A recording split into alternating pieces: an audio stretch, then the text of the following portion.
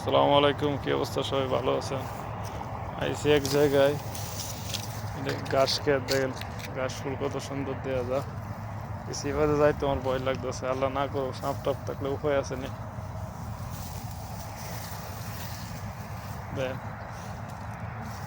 এবার কি খুব সুন্দর জায়গা রাত্রেবেলা।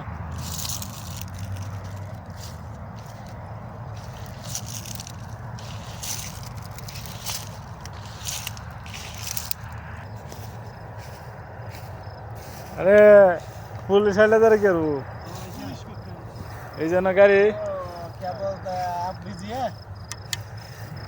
वो बाहर भैया 2-3 गाड़ी है बस थोड़ा गेट खोल के अंदर घुसा के बस चाबी रख देना है